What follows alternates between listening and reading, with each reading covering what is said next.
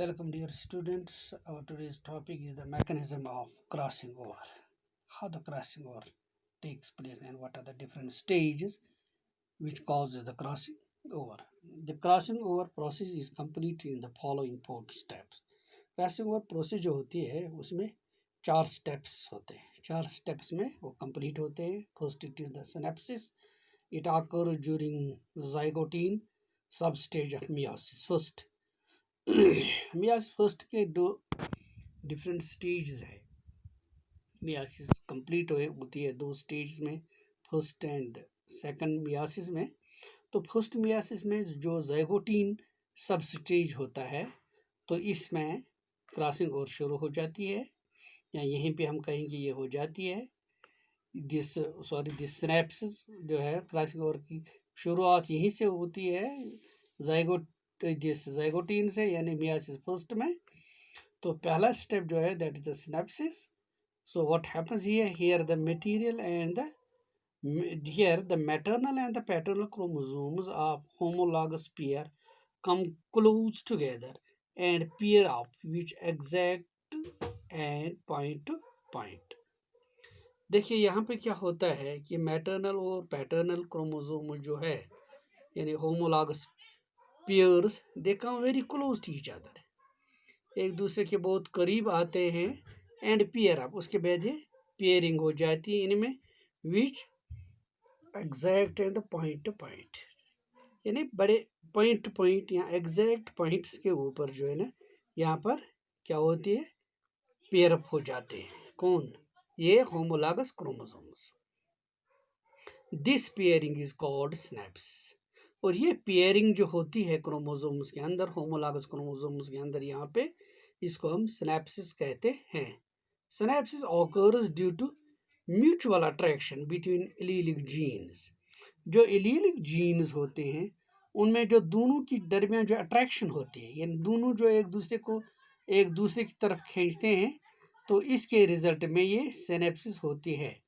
The paired homologous chromosomes are called bivalents. यहाँ chromosomes जो है ना वो पेयर्स में होते हैं. सो उनको जो होमोलॉगस पेयर्स होते हैं उनको हम बाइवैलेंट्स भी बोलते हैं. ये फर्स्ट स्टेज है. तो उसके बाद नेक्स्ट जो है and that one is known as duplication of chromosome, यानी टेट्राड फॉर्मेशन. अब क्रोमोसोम होमोलॉगस पेयर्स जो है, क्रोमोसोम पेयर है, तो इसके जब अब डुप्लीकेशन होती है तो वो 4 बनते हैं. दैट मीन्स टेट्राड फॉर्मेशन हो जाती है. ये नेक्स्ट स्टेप है जिसमें टेट्राड फॉर्मेशन हो जाती है. That means the duplication of chromosomes takes place. It occurs in pachytene sub stage of meiosis. Meiosis first के अंदर जो सेकंड स्टेज हम कहेंगे कि एक पैकाइटीन स्टेज जो होता है, तो वहाँ पे डुप्लीकेशन शुरू हो जाती है, वहाँ टेट्राड्स फॉर्मेशन हो टेक प्लेस करती है. Here the each homologous chromosome, जिसको हमने क्या बोला है, bivalent, splits longitudinally into 2 sister chromatids. यहाँ पर क्या है कि जो होमोलॉगस क्रोमोसोम होते हैं, यानी ये पेयर होती है, तो एक एक जो है, यानी इस पेयर में एक जो है, यानी दोनों अलग अलग से वो इनमें स्प्लिटिंग हो जाती है. वो लॉन्गिट्यूडनली 2 हिस्सों में डिवाइड होते हैं और उनको हम सिस्टर क्रोमैटिड्स बोलते हैं. This bivalents now consists of 4 chromatids.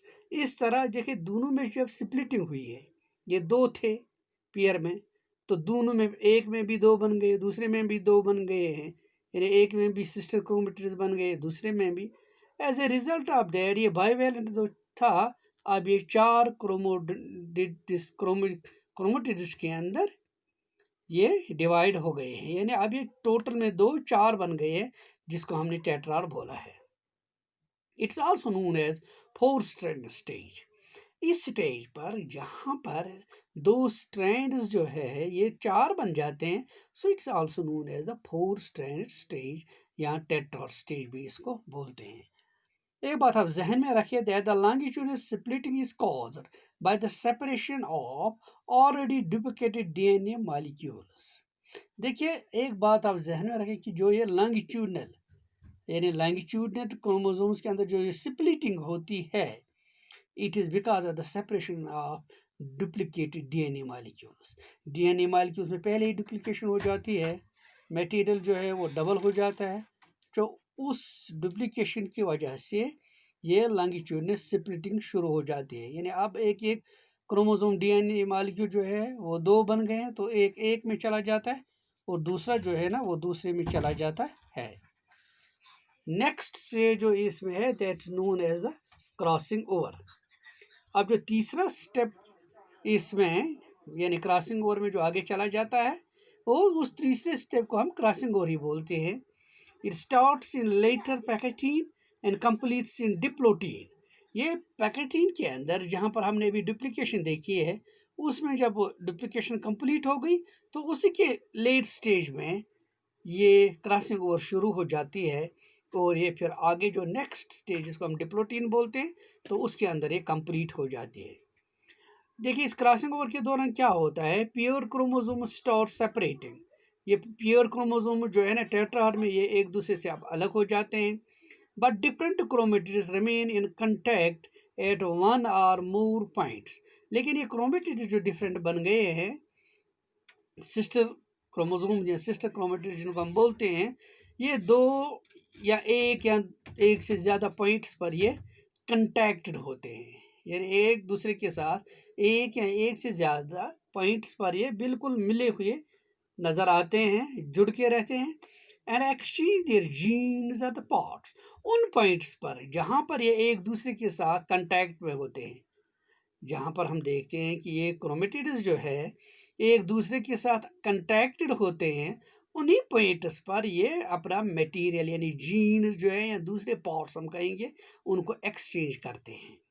This point of contact is termed as chiasmata. उस पॉइंट को जहाँ पर ये क्रोमेटिड्स एक दूसरे के साथ मिले हुए होते हैं, जुड़े हुए होते हैं, उस पॉइंट को हम, उस कंटैक्ट पॉइंट को हम चेस्मेटा बोलते हैं। At each chasmata, two non-sister chromatids are bivalent break up at corresponding points। यानी हर चेजमेटा पर क्या होता है कि नॉन सिस्टर क्रोमेटिड्स जो है, ये बाइवेलेंट्स के जो नॉन सिस्टर क्रोमेटिड्स होते हैं, ये ब्रेक हो जाते हैं इस इन्हीं पॉइंट्स पर, then rejoin with exchange of segments forming new chromatids with segments derived from two non-sister chromatids of the bivalent। अब देखिए जिन पॉइंट्स पर ये मिले हुए होते हैं, फिर लेटर ऑन यानी वहीं पर ये ब्रेक हो जाते हैं, फिर जब वही सेगमेंट्स एक दूसरे के साथ फिर मिल जाते हैं, इसमें कहीं एक सेगमेंट एक में चला जाता है, दूसरे में चला जाता है, तो उसके बाद जब सेगमेंट एक्सचेंज होता है ये रिजॉइन हो जाते हैं। ये दोनों क्रोमेटिड्स, ये दोनों यानी ये क्रोमेटिड्स के डिफरेंट पार्ट जो है ये एक दूसरे के साथ मिल जाते हैं। Breaking of chromatids is caused by enzyme endonuclease. यहाँ पर जो पहले क्रोमोसोम को या इस क्रोमेटिड को जहाँ पर ब्रेक किया गया है, इसके लिए जो ब्रेकिंग के लिए ये टूल यूज होता है वो होता है एंजाइम। जो चीज़ उसको ब्रेक करती है वो एंजाइम होता है, और उस ब्रेकिंग एंजाइम को हम बोलते हैं एंडोन्यूक्लियस। वायरस जब लेटर ऑन ये रिजॉइन होते हैं, यही पार्ट्स जहाँ ये ब्रेक हुआ है, फिर ये अब रिजॉइन हुए with new parts are the new segments, उस जगह जो इसको रिजॉइन करता है, जो इसको फिर मिला देता है, जो इसको कनेक्ट कर देता है, वो भी एक एंजाइम है। इस एंजाइम को हम बोलते हैं लाइगेस। उस एंजाइम को हम बोलते हैं लाइगेस। सो इंडोन्यूक्लियस वो एंजाइम है जो क्रोमेटिड्स को ब्रेक करता है, और लाइगेस वो एंजाइम है जो इन ब्रेक हुए क्रोमेटिड्स या सेगमेंट्स को एक दूसरे के साथ रिजॉइन करता है या एक दूसरे के साथ मिलाता है। तो ये तीसरा क्रॉसिंग ओवर का स्टेप था। अब फाइनल स्टेप जो है इस क्रॉसिंग ओवर मैकेनिज्म में जो कंप्लीशन होती है, उसको हम टर्मिनलाइजेशन बोलते हैं।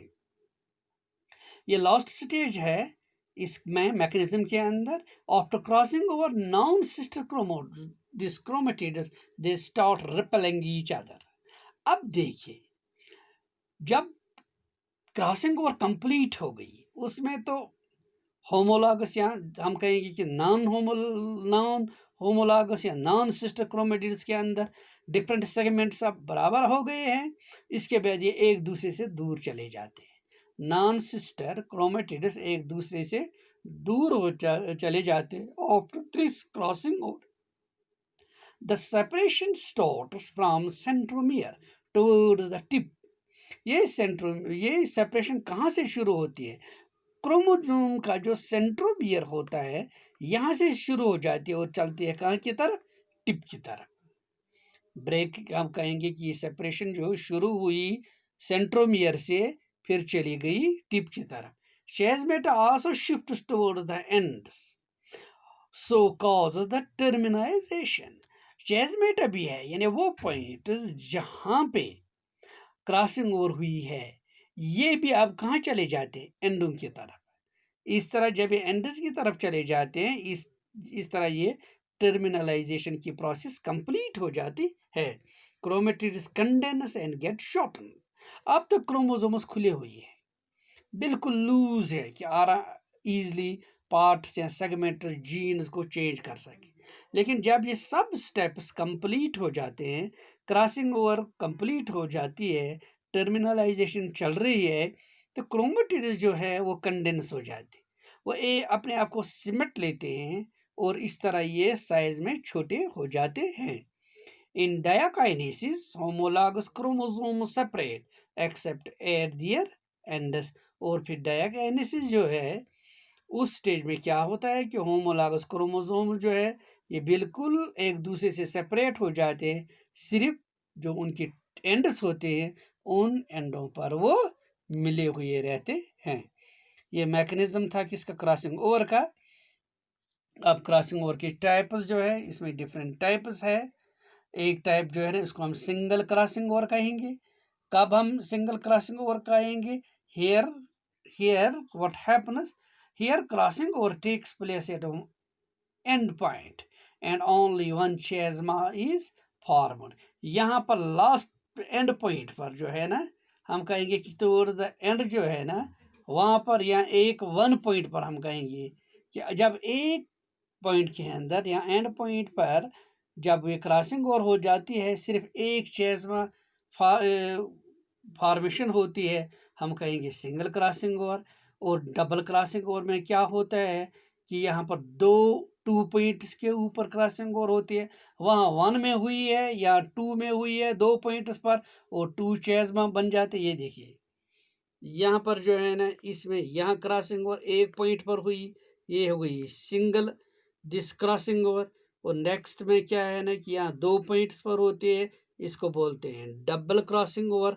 और इसमें आप देखिए ये दो या दो से ज़्यादा पॉइंट्स पर, दो या दो से दो यानी दो तक आई है, दो से ज़्यादा पॉइंट्स पर जब क्रॉसिंग ओवर हो जाती है तो हम उसको मल्टीपल क्रॉसिंग ओवर कहते हैं। तो हम उसको मल्टीपल क्रॉसिंग ओवर कहते हैं। जब एक पॉइंट पर क्रॉसिंग ओवर हुई, एक chiasma बन गया, so that means what happens here कि यहाँ पर उसको हम सिंगल क्रॉसिंग ओवर बोलेंगे। जब दो पॉइंट्स पर हुई, दो chiasma बन गए, उसको हम डबल क्रॉसिंग ओवर कहेंगे। जब दो से ज़्यादा पॉइंट्स पर क्रॉसिंग ओवर हुआ है, दो से ज़्यादा chiasma फॉर्मेशन हुई है, तो उसको हम मल्टीपल दिस क्रॉसिंग ओवर कहते हैं। इसके साथ साथ कुछ और स्पेशली यहाँ कहेंगे कुछ और टाइप्स की ये क्रॉसिंग ओवर्स भी ये क्रॉसिंग ओवर्स हो जाती है। कभी हम इसको रेसिप्रोकल बोलते हैं, two points between the same non sister chromatids. जब हम देखते हैं कि दो एक जैसे नॉन सिस्टर क्रोमेटिड्स पर दो पॉइंट्स पर क्रॉसिंग ओवर होती है, उसको हम रेसिप्रोकल बोलते हैं। कंप्लीमेंट्री क्रॉसिंग ओवर बोलते हैं। यहाँ पर थ्री और all the four these chromatids are involved in double crossing over। जब ये दो तीन या पूरे चार जो क्रोमेटिड्स हमारे पास है, जब ये डबल क्रॉसिंग ओवर में इन्वॉल्व हो जाते हैं, हम कंप्लीमेंट्री इसको बोलते हैं। सोमेटिक क्रॉसिंग ओवर भी होती है between homologous chromosomes that occurs in somatic cells without myiasis. Myiasis के बगैर सोमेटिक सेल्स के अंदर जब हम देखते हैं कि होमोलॉगस क्रोमोसोम्स जो है जब उनके अंदर क्या होती है, क्रॉसिंग ओवर, तो उसको हम सोमेटिक क्रॉसिंग ओवर बोलते हैं। वो दूसरी क्रॉसिंग ओवर जो है ना वो जर्मिनाइल के अंदर है, तो ये सोमेटिक्स नहीं, वो सॉरी कि यहाँ पर जो है ना जब प्योरली सोमेटिक सेल्स के अंदर क्रॉसिंग ओवर हो जाएगी तो हम इसको सोमेटिक क्रॉसिंग ओवर बोलते हैं।